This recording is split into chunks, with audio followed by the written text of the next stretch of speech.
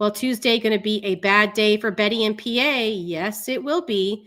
And for those that don't know, Tuesday, a judge is going to be listening to arguments on the anti-SLAPP filings from Barbecue Lady and her attorneys and Granny's Watching and her attorney. And I'm under the impression that by the end of that hearing on Tuesday, the judge will be making a decision. And if the judge rules in favor of the anti-SLAPP, Betty and BJ and all the other, all the 9 plaintiffs in there that thought that they were going to try to use Pennsylvania courts to do what Betty has been doing to Queen for almost 2 years now, is going to be in big trouble. We're talking just like basically, so if you lose an anti-SLAPP, you owe triple the damages. So just as an example, I have no idea what the numbers are, okay? But let's just hypothetically speaking, say that Granny's Watching spent $50,000 on all of her legal fees from start to finish, right? 50,000, let's just say. Well, Betty would have to owe 150,000. And BJ would owe 150,000 and Tony would owe 150,000. Yeah, it's triple the damages per party. So Granny's Watching will get triple the damages and Barbecue Lady will get triple the damages. So we will see what the judge says. But it sucks that more states do not have anti-SLAPP laws to protect their citizens from people like those 9 plaintiffs who think that only they get First Amendment rights, but nobody else does. And worse, they're trying to weaponize the courts to silence their critics. And to seal. And then she actually filed an objection to that before it was actually sealed. Right. So the other, that. It takes time. Mm-hmm. Right. It would be on the docket that they were seeking something to be sealed. You don't just get to seal something and it not show up anywhere. That's not the way that works. Right. And then nerds like myself and Wendy went and checked the statutes to see what the requirements were for filing documents. And lo and behold, Julia is full of poop. You're welcome. They thought they were going to have themselves a nice little Netflix documentary. Did you make that? I saw that. Yeah, I put that. That's the only time I ever done what was it, TikTok? I uploaded that to TikTok. Oh, I've never seen that. That came up on my For You page a couple months ago. Oh, cool. On I don't TikTok. know how to operate TikTok. So, but that's what they thought. I mean, Nick even said it. He said he was going to have a production company at our court hearing. He said that. He said, I'll talk to the producers to have them at our court hearing. I think that these people really thought that they were going to end up being in some type of documentary as these poor victims of this RICO via the internet, and that they were going to become stars from it. You know, it would be interesting, Granny. Remember the email that was sent to Brittany that came from Julia's producer friend? Yeah, allegedly. I wonder if that was really him or if that was a fake email. Well, let's find out. Let's find out. Well, again, I wonder if he'd like. While you're looking for that, without saying what I said, how happy are you about that text I sent? Very happy, but oh my God. Can we not say it? We're not saying. Oh, I don't know. Why not? I mean, I don't think it's going to do anything. It's okay. Not gonna, yeah. Now you got the people curious, and I don't like leaving the RICO out of the RICO business, if you know what I mean. Well, let's just say it this way, because, let's just say, imagine having somebody join the team of lawyers who is also an expert lawyer who had a hand in actually writing and testifying to legislature to get the anti-SLAPP passed. Yeah, nothing we say will help them. Nothing we say. So, basically an attorney that actually works on presenting this to our court system and saying the essential need of updating the anti-SLAPP in Pennsylvania. Just maybe one of the representative attorneys come Tuesday. Oh no, he is. During his appearance. And I actually I spoke to him. I have a couple of emails from him. Oh good. Yeah, he's very interested in this. I'm very happy. I'm very fucking happy today. Yeah. I spoke to him months ago, not recent. I don't mean to sound that way. But I can show you guys some of the documents he wrote regarding the anti-SLAPP and his essential role and making that be possible in Pennsylvania. If it's who I think it is. I could be wrong, but I know he's a friend of King's. I'll shoot you the name I have and you tell me. Yeah, well, I don't know who you're gonna say, but this guy is in Philadelphia. Yeah, this guy is too. Here, I'll send you his name. You tell me if this is him. I just like, what better way to educate a judge on the anti-SLAPP than an expert? Yeah. Yes. Yeah. So Yep. this gentleman has written articles. He's a big league, but he's written plenty of articles about the constitutional rights and what, why it's important that we put a stop to people like this. He even says here, if you have thin skin, do not step into the public arena. Boom.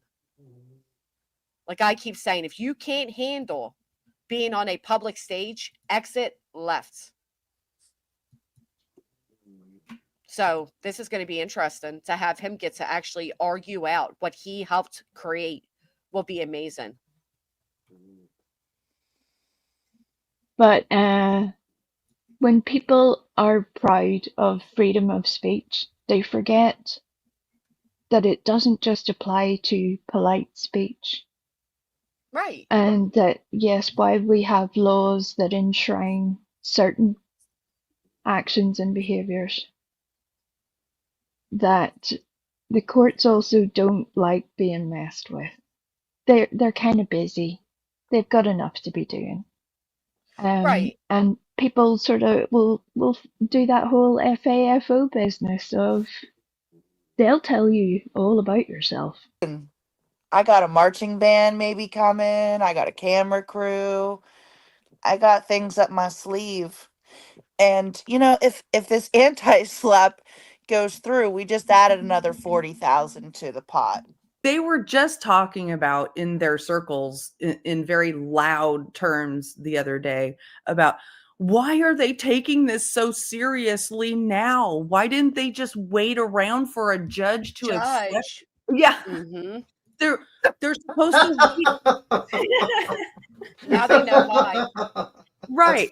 But they not understanding they have literally no fucking clue that that when you file papers, you kick off a calendar, okay? And that court is sitting there monitoring the calendar, and they see, oh, there's an anti-SLAPP motion on here. Anti-SLAPP has a specific calendar. I guess it's 60 days in Pennsylvania, and we're almost there. So we got to get this on the calendar, and you shall appear. Shall means you got to get your asses here, people. So I have a question. You may understand the legal part because I'm not an attorney. I keep on saying that just in case. What would happen if Mr. Joseph Lasniak did not show up and he just proceeded to disappear? I think, like Barbecue said, they would win by default, but also they would win with prejudice. With prejudice, meaning they would be, no one would be able to file this against them again. But none of these plaintiffs could file this against them again, right? But do you think there would be sanctions put upon him, like? Well, see, the thing is that this particular hearing is about this motion. They would have to bring a whole separate thing about sanctions. They probably. I don't. I'm not a lawyer, so I don't know how Granny's lawyer would want to do it. But I'm sure he has a plan for how he would want to move forward with sanctions. I'm sure. Right. So you could either say, hey, after usually the judge does not make a ruling on hearings right there on the bench. He doesn't say, okay, you're right, Granny, or you're right, asshole Lesniak. He says, okay, I'll take this in advisement, and they usually give a ruling within 30 days or something like that. Yeah. And then, but once the judge says something like, okay, I'll take this under advisement. But if Lesniak doesn't show up, that's when, Granny or Barbecue's lawyer could say, and also I want to argue for blah, blah, blah, blah, blah. And the judge will say, yes or no, you can't argue that right now. I mean, I can't imagine the argument this attorney, like Joseph Lasnik's going to have bringing in this filing. Well, you got to remember, they never even responded to our motions to dismiss. They never even responded. I can't imagine. I would not want to be Joseph Lasniak. I mean, that's like literally going to like your test without studying ever. And it's like, the last test, it's like everything you've ever like been taught, and you have like no idea. And you're also going there with no pants as well. You know what I mean? Like it's probably gonna make pull his last of his hair out, because he's gonna have to go into this courtroom and argue in good faith this document, try to claim that this was actually properly filed, and these people are a criminal enterprise, and like it's just crazy. Like it's crazy. And yes, Sarah Sorex, I don't know how to pronounce that. Sarah Sorex has a good memory. I won my case by default because Lana just didn't show up. She just punked out. She filed her papers and literally just punked out. So, completely different circumstances, totally different circumstances. But and some people were asking what will happen at this hearing. Usually what happens is the party's lawyer stands, there before the judge. And since the hearing that they are there to talk about is on the SLAPP motions, then the filing party first presents their arguments, and then the other party presents their argument for why it shouldn't be they shouldn't get their anti-SLAPP motion agreed upon. And then they might be able to go back and forth once or twice, the two lawyers. And you wait like 30 to 60 days for the No, he can dismiss it on Tuesday. That's the whole basis of the anti-SLAPP. Right there. Right there. Wow. They have to make their oral argument right there sufficient enough that the judge, we can very well walk away on Tuesday with this being done. Oh shit, I didn't even think about that. Yeah, that's crazy. That's like, I would scare the shit. If I was them, I would be scared shitless, to be honest with you. I really would be. I'd be like, oh my God, I could be losing hundreds of thousands of dollars right now. Because of this idiot, because I signed their legal document without actual attorney telling me what this document is. I hope they do make that decision on Tuesday. I really hope they do. I hope they do too. Right here, this was just updated this summer. I don't think little Nicky Poo even knew that, because he's so used to following these things that I don't even think he knew that this took place. Oh yeah, I think that's what happened, in my opinion. Because it was so new, and I think what happened was that this law passed by, and Nick's not a practicing attorney. He doesn't update himself on like the newest laws coming into effect and stuff like that, like other attorneys might. And he probably thought he could play the same games he played with his debt collectors when he filed an injunction on them, and thought that he could do the same to you. Not realizing that he fucked up. And I think, because you got to remember, they're going in with not even responding to the mandated deadlines. Right. So there are a lot of things against them right now. Exactly. They're already going in with so many negative points, and then you add this in, and it's like, man, like they're not. The odds are not in their favor. And the fact that they're not even continuing to litigate this after filing the papers shows that they weren't serious about this, right? That to me, I don't know, because since I'm not a lawyer, I don't know how to work that into an anti-SLAPP argument, but it seems like it should be part of an anti-SLAPP argument. These people were just literally trying to shut them up with a lawsuit. Right. That was going to, and you have all of this information on the record from the video that you just played of Nick saying they can't afford they can't afford to fight this, so they're just going to get right out of it. You know, it's ridiculous. Yeah, exactly.